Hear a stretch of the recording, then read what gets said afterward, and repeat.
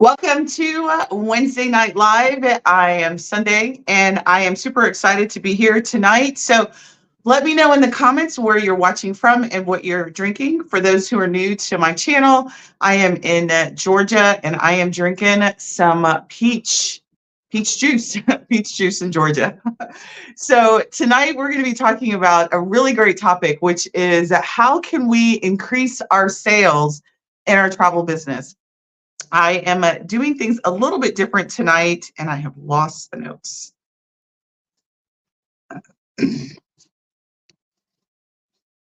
So doing things just a little bit different, got a kind of crazy little bit of setup going on right here. All right, so we're going to start with traditional questions like I normally do, just to make sure we set the stage and I can see where you guys are in your travel business. How many of you guys are working on fits this year? Like your primary focus is fit individual custom travel versus group travel. If you are doing fits, let me know in the comments that you are a fit travel booker or you are trying to book as many group trips in 2024 as possible. Because what we're going to be talking about is something that's really important to you, which is how you sell and how we get you more sales this year and beyond. As you guys are answering this question, I'm going to kind of give you a little bit of background as to what made me even decide to do this topic. Many of you all reached out to me at the end of the year as we were sort of winding down 2023, going into 2024. And a lot of you guys told me what your different goals are. Many of you guys said that you are, actually, I think I did a post, and a lot of people said that they are sick of doing fits and they are ready to move to group bookings. And the issue with just switching models from doing custom itineraries to group, if you don't have a process down or a method by which you're going to effectively sell these trips, you're going to still be in the same boat. You're just going to now be dealing with group trips as opposed to individual trips, and you're still not going to have sales. So what it became clear to me is we need to have a sales conversation.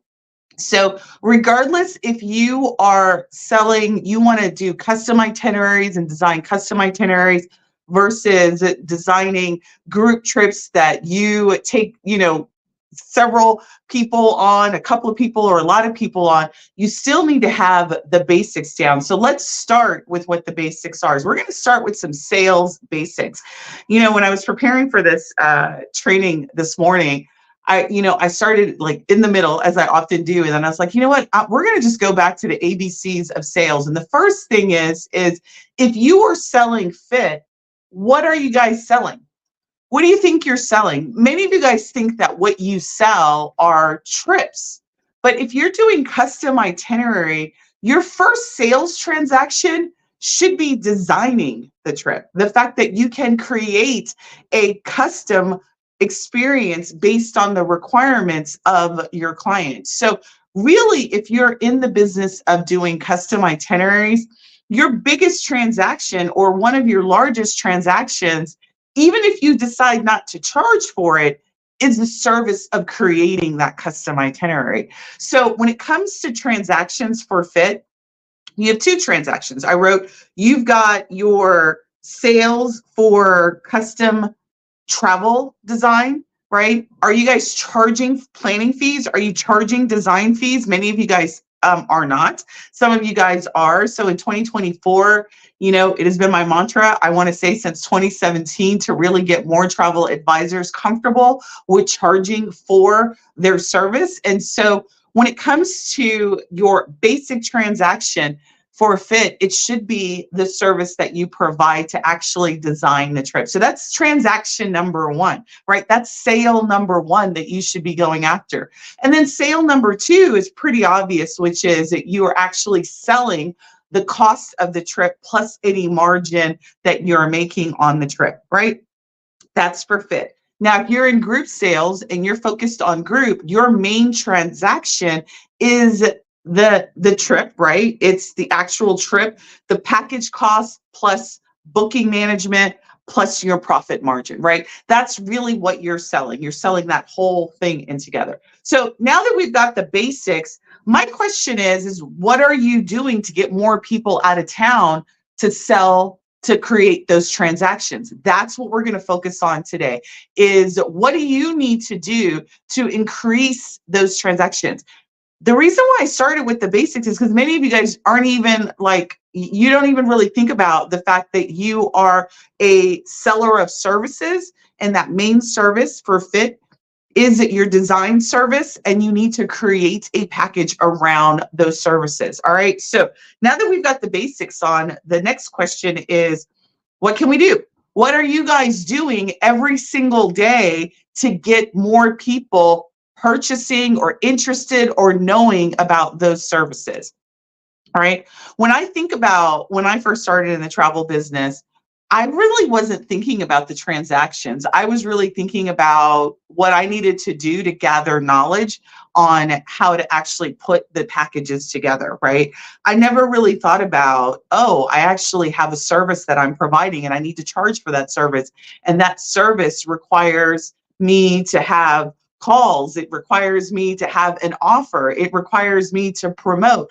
All of those things are the activities that get you more people purchasing those said services, right? Or getting more transactions through that. So let's talk about what the path is, right? So tonight we're going to talk about the simple path for you to stop wasting time, right? Because if you are taking quotes and you're not charging for your services, and people aren't booking, you're wasting time, right? So we want to stop wasting time this year. We want to stop wasting time on people who aren't really serious about using our services and or purchasing trips, right? Since those are our two transactions, we want to make sure that we don't waste our time. We also want to stop wasting our time on people that really don't have intent, right? So intent is really, I remember years ago, I had a friend when I first started in the business. I had a friend and she called me up and she was like, you know, Sunday, I saw on Facebook that you are booking travel. I need you to put together a quote. And and she literally said this to me. She was like, I need you to put together a quote and I need you to see if you can get me the best deal. And she didn't really have intent to use me to fulfill the booking. She had intent on utilizing my services for free, right? So what we want to do this year is stop working with people who don't actually have intent, right? And so the first thing and then the other thing is we want to stop wasting time on conversation. So there's like three things today that I want you to walk away from in terms of our time as a travel advisor. It's one, to stop wasting our time on people who really don't have the intention on utilizing our services. We want to stop wasting our time on prospective people who really aren't ready to book. Maybe they're just window shopping, right? And we want to stop wasting our time on people who really are not ready to move forward, right? And stop having conversations. And when I wrote this conversations, I literally meant conversations that we have via our mouth or conversations that we do via marketing, right? And let me give you an example of what I mean through via marketing.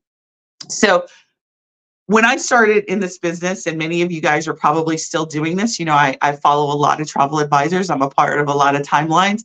And conversations that you have can be via your mouth or they can be via the written word, right? We attempt to persuade in what we say or persuade in what we write. And so many of you guys create social media content. You post on social media channels talking about your trips, right? Really to a aimless audience of people who really don't even know who you are or don't even understand why you're doing it. Maybe they see that you've got a deal, but it's not really getting you what you want. So we want to stop wasting time on those types of activities. We want to actually be super intentional this year moving forward on activities and actions that are going to actually get us what we want. So here's the path. We're going to talk about the actual steps that you need to be following if you want to influence these two transactions. You want to get more design fees paid in your pocket, or you want to get more booked trips. The first thing is that you want to qualify. There's actually 4 things that you're going to want to do every single time it comes to thinking about what it is that you want to offer. So if it is a group trip, or if it's a custom itinerary, or if it's your services, you want to be able to do these 4 things consistently. The first thing is you want to be able to qualify people as quickly as possible when they encounter you. So if they see you online, you want your words, your marketing, your content to allow somebody to self-qualify. I'm going to talk about what's qualification and what that means in just a second. The second thing is that you want to have something in your business in place to allow you and your prospective client to confirm that y'all want to work together, right? You want to actually work with this person, that you want to confirm that they meet your qualifications as a client, and that you can deliver the services that they want, right? Because let me tell you, I've turned clients down. I read a post the other day in a channel that I'm in, and she was talking about, she's actually in the hair industry, and she was talking about how she actually she's in hair extension business, and she was like, I refunded somebody's $4,000 extension. And I wrote to her and I was like, congratulations. It feels good to be able to say no, because all money is not good money. So step 2 is really important. You want to confirm that the person that you're going to work with, particularly if it's a custom itinerary, isn't going to be a client from hell, right? And that you can actually deliver the service that they're looking for. Number 3 step in the thing that is that you want to make a decision, right? So you want to confirm the qualification, and then you want to actually decide to move forward. The client also needs to make a decision. So there's a decision process that needs to happen in this arena, right? If I'm doing a custom, somebody gives me let's say they fill out my intake form, and I do a discovery call, and I'm talking to them, and they tell me that it's now January, and they tell me that they're really not looking to go somewhere until the end of 2025, right? I'm going to make a decision. Do I really want to, can I, right? So I'm going to confirm budget. I'm going to confirm some things about their requirements. I'm going to confirm that even though they're talking about, particularly when we're talking about that far in advance, some of the things that I'm doing in the confirmation step is I'm really confirming that they really want to go, or are they just trying to feel things out, right? Are they just trying to get a quote, right? So I'm trying to confirm. 3 is really about the decision. Once I do all that confirmation, do I want to move forward? Do I want to even do the trip? Do I want to even design the trip? I don't design all trips, right? If I get through the process and somebody tells me that they want to go to, let's say, Tahiti, and their budget is, $1,500 per person, I'm probably not even going to get to the confirmation stage. They're going to disqualify themselves just based on what information they've given me thus far, right?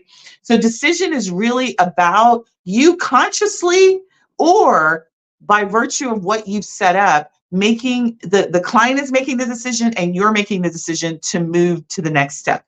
And then the next step is closing, right? You're going to actually close the deal. You're going to collect funds. You're going to let people know what the amount is for your deposit, what your fee is, whatever, and you're going to close that deal, right? So what we're going to talk about now is how do you make all that happen? And in comments, what I'd love for you guys to tell me is, are you guys doing any of this right now in your travel business? Are you qualifying candidates? And if so, is it working for you? Or are you still feeling like you're getting a bunch of yahoos, filling out your surveys or your intake forms, or you're getting a bunch of people who are doing, who are submitting information, and you're actually doing quotes and they're not booking? That lets me know that you probably have a qualification issue. So let's talk about what qualification means. There's really 3 things that you want to make sure that you include as a part of qualifying a client. The first thing that you want to be able to do when you qualify is, are they really ready to get out of town? Right? How many times have you worked with somebody who says that they want to go to Tahiti, but when you actually ask some more questions, they're really not ready, right? Maybe their budget isn't really up to par. Maybe their spouse is just really talking about it. Maybe they got to get a bunch of people to the table to make decisions, and that you're able to really tell that they're not really ready to get out of town.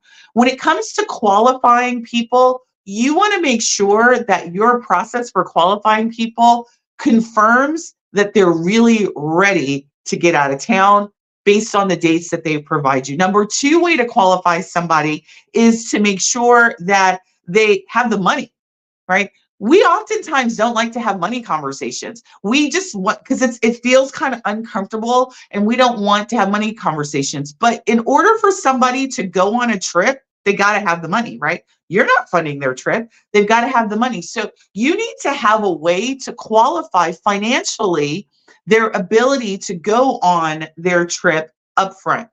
You don't want to be scarce. You don't want to be beat around the bush around what the numbers potentially are going to look like for your trips. You want to be super clear about that up front, even if you do it in your intake form, right? Whatever it is that you need to do, you want to make sure that you do number two in your qualification processes. Make sure that people have the money to actually do what they want in the trip that they want to take. Now, listen, just because someone doesn't have the money doesn't mean that you can't help them, but you may not help them in the same capacity, right? I may not design a custom trip for somebody who has a budget of 1,500 versus somebody who has a budget of 10,000, right? If they want to go to Tahiti, I would probably point them, maybe if I was doing a group trip and I had a price point in that, I would point them to a trip that was already designed for them. They wouldn't be a custom itinerary. Does that make sense? So just because they don't have the exact dollars doesn't mean that you have to turn them away, but you want to make sure you understand what it is that you are after, what your average ticket price, what is it that you want to accomplish, and then make sure that you can steer them to the right solution, the right travel solution that you can provide. The number three way to qualify somebody, or item that you want to have included when you qualify somebody, is that person's willingness to spend their dollars with you. This is a little bit tricky, right? Because if you haven't done anything to really talk about why you're the expert, why you're the bomb.com, this may be harder for you to confirm or qualify. So if you don't have anything out there, when you talk about communication on social media that really talks about why you're amazing as a travel advisor in the space that you've decided to specialize in, that should be your goal. You should have content for your ideal client to consume to confirm in their mind that you're the right advisor for them, right? So your qualification process needs to help confirm for your prospective clients that you're the right person. I'm going to give you a good example of this. If you are specializing, because this is a good example that most people can relate to. If you are in the wedding destination space or wedding space, right? And somebody wants to get out of town and get married in an uncommon way in the Bahamas, right? What is it that they're probably looking for? They're probably looking for somebody who specializes in wedding destinations, right? So your content, your website, your social media posts should be talking about why you are uniquely amazing at wedding destinations, if that's your niche, right? So qualifications are really about making sure that those three things are in place from your perspective and also from your client's perspective. Because your clients are doing the same thing. When they decide to reach out to you for a download or a inquiry, they've made some decisions, right? You hope that they've actually decided that they really want to go out of town. You hope that they have the money, and you hope that they've selected you because you're the most qualified. But maybe they're just feeling themselves out. This takes us to number two, which is confirmation. Somebody may self-qualify themselves. Let me give you an example of a good self-qualification. You're in the wedding destination space and you do a post on the top 10 best destination places to get married in 2024, right? Maybe that's the content piece that you do.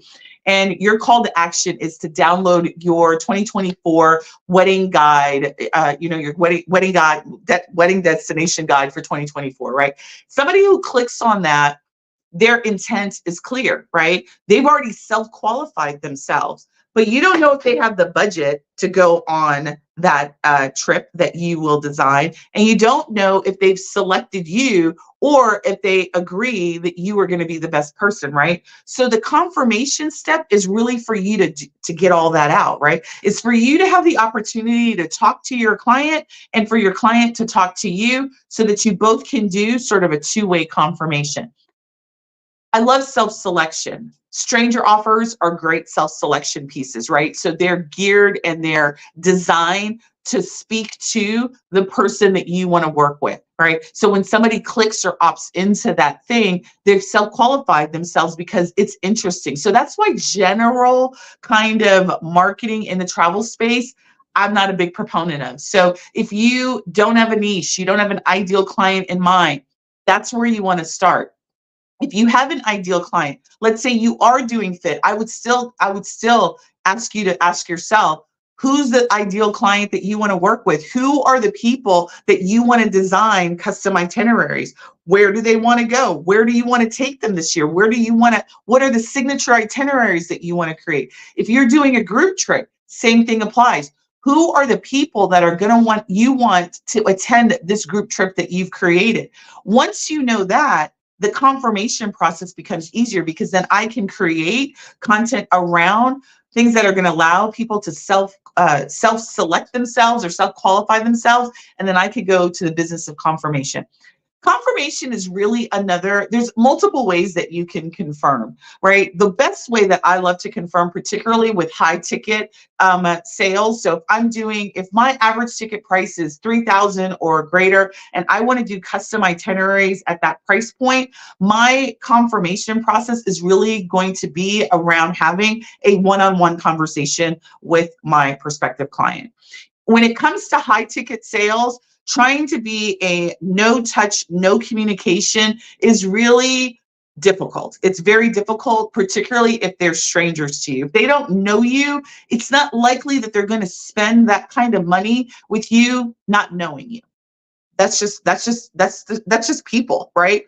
They're not going to swipe their credit card with you, an unknown advisor, an unknown advocate, and they've not had a conversation. So if you're not trying to have conversations with your prospective buyers, then you're doing yourself a disservice. You're doing yourself a disservice and you're missing the opportunity to explain it to somebody how you show up and how you're an advocate for them. You miss the opportunity to wow them with the way that you do business and really help confirm in their mind that you're the best choice for them.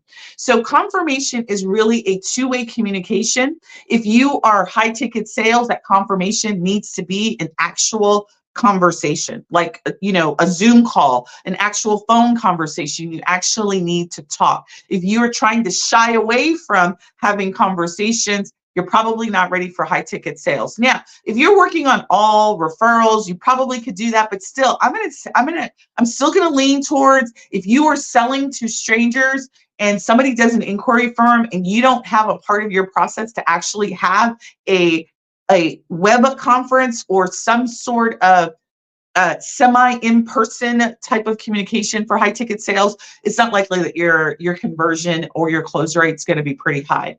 Now, if you're in low ticket sales and let's say you've got budget trips, I don't recommend that you have to get on the phone with every single body, but you still want to have some way to have people confirm that you're the right person. So I would be doing a lot of content that confirms that you are a trustworthy advisor, right? That that their funds are protected, right? All of the things that people are concerned with when it comes to dealing with their money, getting themselves out of town. Even though it's a low ticket item, people are still entrusting their livelihood, their family, their friends, that you are going to actually create an experience for the people that are important to them. So even if it's not money, their time and their family and friends are important, so that you want to make sure that you positioned yourself as the right person for them. So that's the confirmation. You want to make sure that you're having some way to allow you to confirm and for them to confirm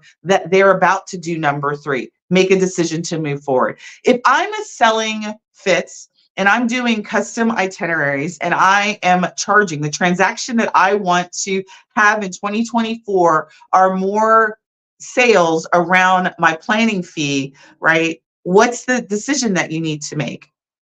If this person is qualified to pay for your design fee. Now, if you're only charging $25 and $50 and you want to be high ticket sales, I would immediately ask you to ask yourself, are those price points aligned? So if you're getting people, if you're having a hard time getting people to pay $25 and you're also having a hard time people like booking with you afterwards, so they pay, let's say they pay your $50 or your $25 and you put together a trip and it's 3,500, it's 5,000, it's 10,000 and people are ghosting you, that's because your offers are incongruent. There's not a consistency. So you've got a low ticket, which unfortunately in people's mind, right, it doesn't necessarily equate high ticket services, right?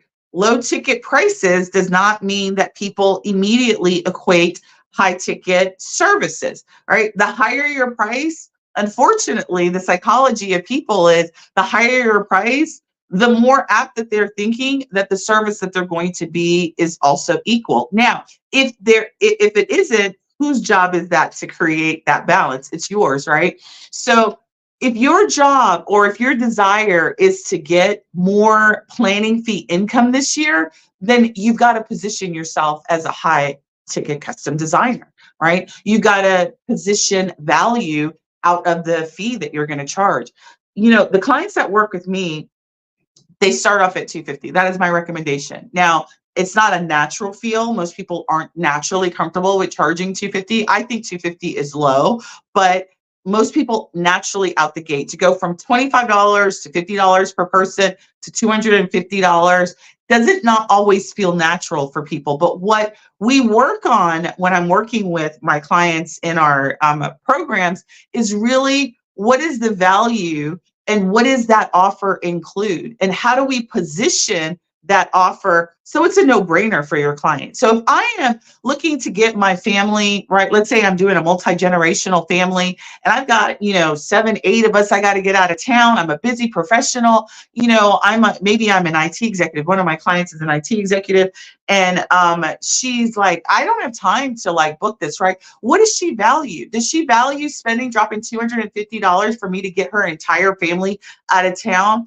Or the amount of time it's going to take her to actually design that trip, get everybody booked, get all the communication and get everything aligned? What is she going to probably value more time? What is she going to value? She's going to value her time, right? Those are the kind of clients that you want. So the decision that I want you all to make this year is if planning fees are important to you and high ticket is important to you, increase your price, create an offer that matches the type of client that you want so that you can make it so much easier for people to decide to move forward when you're in your discovery calls. So number 3 is all about the decision. You make the decision. We make about there was a statistic that I read many years ago that the amount of micro decisions that we make in a day are upwards in the hundreds, right? The amount of micro decisions. So literally when you're on your discovery call, you need to be ticking off these items and making a decision before you even tell somebody that you charge them $250, $500, whatever your fee is. You need to make a micro decision. Did they meet the criteria for you to work with them? If the answer is yes, they met the qualifications, right? They have intent, they have money, they want to spend the money with you, right? Then you extend the offer. Not every call is worthy of an extension of an offer. You make the decision not to make the offer. That's absolutely within your power. Just because you have the call doesn't mean that you should make the offer if they don't qualify. Let me give you an example of how that works. If I'm on a call with somebody and one of the questions that I'm asking on the discovery call is one of the statements that we make is, when we get ready, as a part of our process, when we get ready to move forward, we require a $500 deposit. Are you prepared to make that? If somebody says no to that, I know that their intent to move forward is not now, right? So pretty much I end the call. I'm like, okay, so when you're ready to move forward, why don't you schedule another or, submit another request and then we can move forward. Why waste my time putting together a quote for someone who's not ready to actually book? Unless, of course, they've given me indication that's all that they want. They just want me to design the trip. That's the service and that's it, right? So if the intent is just to get the service, I'm good. But if I want them to actually book and they've indicated they want to actually go out of town in the next, 12 to 18 months, and they tell me they're not ready to deposit, there's a mismatch there. So I'm not going to move forward, right? So you need to make decisions while you're in the call to move forward, yes or no. Clients doing the same thing, you need to be doing the same thing too. I do not extend offers to move forward to everyone if they don't meet the criteria. But first, I have a criteria. All right, and then the last thing is if I decide to move forward, then I'm closing it. I'm hooking it and booking it, right? So if I decide that you have the intent to move forward, you have the money to move forward, and you want to move forward with me as your service provider, then I'm gonna tell you what it takes to do that. I'm gonna tell you what the amount is for my design fee. I'm gonna tell you what my process is. I'm gonna tell you that I'm gonna send you an invoice and then we're gonna move forward. And then I'm gonna ask you, how do you want to move forward, right? That's what it's a hard close, right? Because at that point, we've talked about your requirements. I've confirmed all of the things. The conversation is going well and you've met the criteria. You've not given me any indication that you don't want to move forward, and then I'm closing it. So what does that mean? It's probably that my close rate is a lot higher because I've done all of those steps. If you want to increase your sales in 2024, this is the path that you want to do it. Now, that's for fit. Now, let's quickly just talk about groups, because a lot of you are like, I don't want to do fits. That's great, Sunday. I don't want to do all that. Give me a second. If you don't want to do all that, that's fine. You want to design group trips. Fine. You don't do all of the conversation in person. That means you got to be super good at persuading people on paper. You got to be super good on having those conversations, these types of confirmation conversations in your sales pages. So your group sales pages need to not just be day 1, day 2, day 3, day 4. It needs to compel a prospective buyer to imagine themselves on that group trip.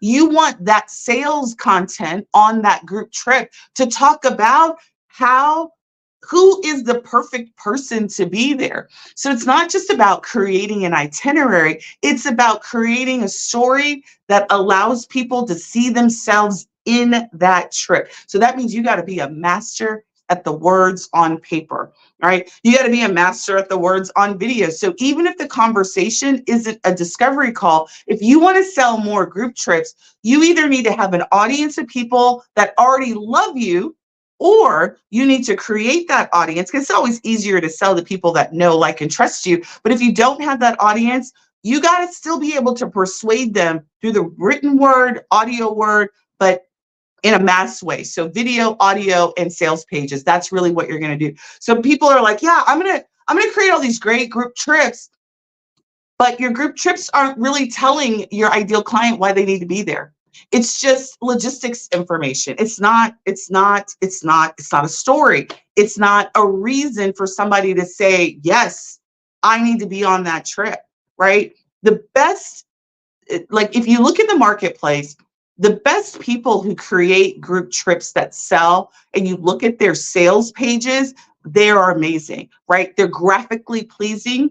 They have video that allows the user to see themselves, what it's going to be like on that particular experience. So just because you are selling groups doesn't make the selling or the confirmation or the qualification process easier. It's just a different type of qualification and confirmation that you need to do. You've already made the decision for the person because you've created the group, but you've got to create content that allows the person to automatically decide when they see that to say, yes, I want to do it, right? So you are really becoming an expert at getting people to say yes to what you offer on paper. right? That's the difference between fits and groups. In fits, when it comes to fits, if you've got the gift of gab and you like to have the conversation in person and you want to sell high tickets, custom itineraries. Don't give up on custom itineraries because you're tired of dealing with people who are wasting your time. Stop dealing with people that waste your time. Continue to do custom itineraries and create a sales process that allows you to actually work with more people that will take advantage of your amazing service. If you are like, you know what? I don't really like doing custom itineraries. I like to design curated trips that get people out of town and they just pick it, right? Then you've got to be a better marketer of those group trips, and you need to create more offers of your group trips to do that. All right, so that is, I'm so bad at this on my phone situation, but so really in 2024, if you want to increase your sales with fits or groups, it's really about following a sales path that's going to allow you to do that. And with that, I'm going to invite you on we've got a workshop that's happening next week. That workshop is called our Sweet Success. It is a 5-day workshop that's really going to focus on the first part of the process. How do you actually qualify and actually confirm and close your travel request? So join me. I'm going to include a link in the description of this video. Join me in our Sweet Success Inquiry to Booking. It's a free workshop where we're going to show you actually how to make that happen all next week. I look forward to seeing you, and I will talk to you soon. Have a great week.